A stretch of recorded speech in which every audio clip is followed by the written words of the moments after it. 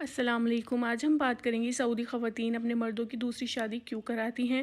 سعودی عرب کے صوبہ الجزیرہ کے دیہات اس لحاظ سے انتہائی منفرد ہیں۔ یہاں خواتین خاوندوں کے لیے خود نئی دلہنیں تلاش کرتی ہیں۔ یہ سلسلہ 1981 میں اس وقت شروع ہوا جب ایک خاتون نے اپنے خاوند کو دوسری شادی کی ترغیب دی۔ یہ خاتون اپنے خاوند کی نئی دلہن کی تلاش میں خود نکلی اور بالآخر اس کے لیے ایک نوعمر دلہن کا انتظام کر ہی لیا۔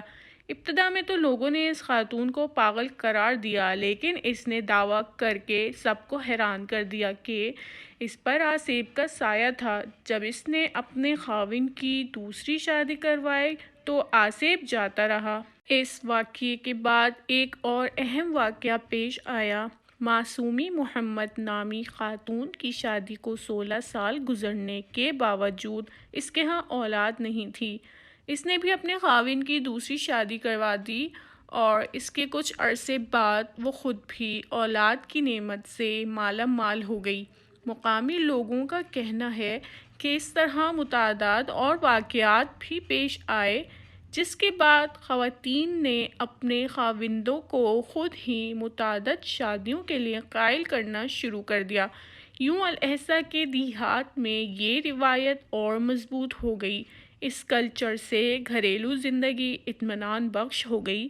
ریاست مدھیہ پردیش ہی میں ایک گونڈ قبیلہ ہے جہاں کسی بھی خاتون کو بیوہ نہیں رہنے دیا جاتا۔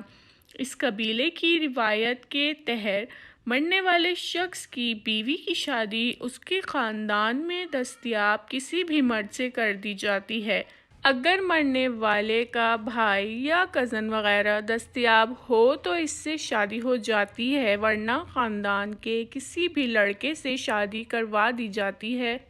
تو اگر آپ کو یہ ویڈیو پسند آئے تو ہمارے چینل کو سبسکرائب کریں تاکہ ہم آپ تک مزید معلوماتی ویڈیوز پہنچائیں۔